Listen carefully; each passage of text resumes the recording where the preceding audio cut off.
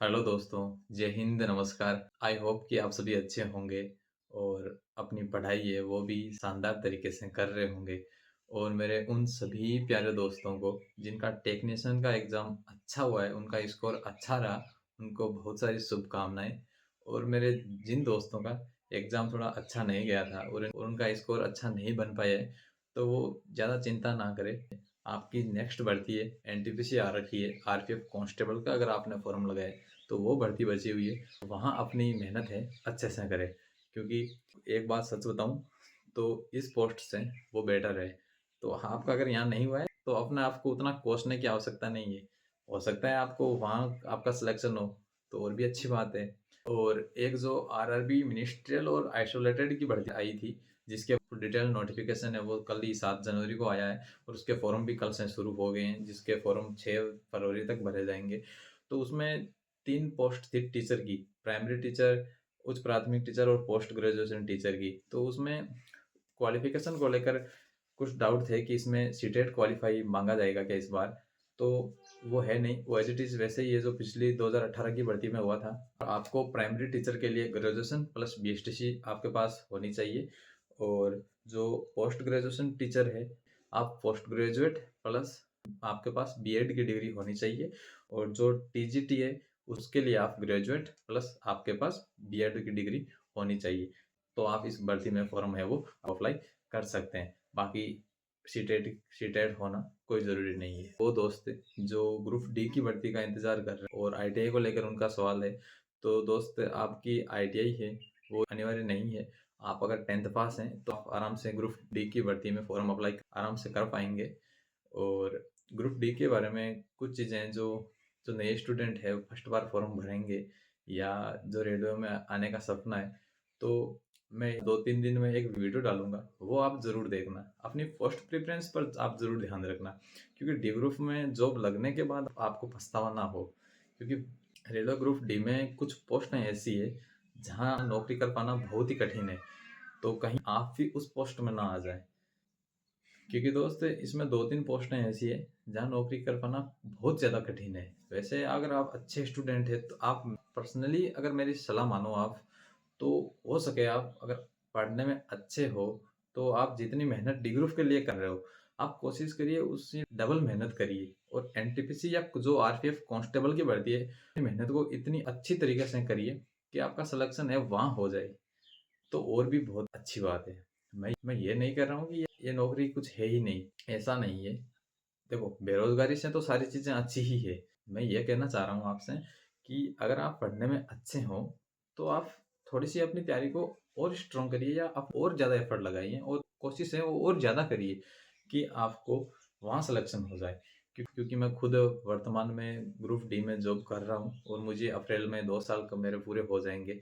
इसीलिए मैं कह रहा हूँ आपको, क्योंकि थोड़ी-सी चीज़ें हैं वो जो चीज़ें हम लोग हमारा, क्योंकि देखो, हम लोग ऐसे सपने देखते हैं कि गवर्नमेंट जॉब लगने के बाद हमारे साथ ये चीज़ें होगी, हम ऐसे रहेंगे।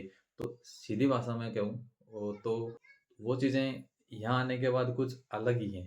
तो आप कोशिश करिए कि आप पहले से ही देखो, क्योंकि ऐसा ना हो कि आप यहाँ ग्रुप डी में जॉब लगने के बाद ही आपको दूसरी भर्ती की आप बाद में और आपको आगे तैयारी करनी पड़े। जैसे मैं अभी खुद है, वो अभी आगे तैयारी कर रहा हूँ। अभी मैंने टेक्नीशियन का एग्ज़ाम मैंने भी दिया है, आगे एनटीपीसी का भी मैंने फॉर्म लगा रखा है। तो कहीं ऐसा ना हो कि आप अभी मेहनत कर रहे हो और इतनी मेहनत करने के बाद जब आप रेलवे ग्रुप डी में जॉब लग जाओ और उसके बाद भी अगर दूसरी भर्ती के लिए आपको मेहनत करनी ना पड़े। इससे अच्छा है कि आप पहले से ही अपनी तैयारी को इतनी अच्छी तरीके से या इतनी मेहनत करिए कि आपको अच्छी पोस्ट या अच्छे पद पर आप चले जाएँ। क्योंकि ग्रुप डी में देखो, बेरोज़गारी से तो अच्छा है कि आप बेरोज़गार रहने से तो अच्छा है कि आप 30-35 हज़ार रुपये आराम से यहाँ कमा लोगे।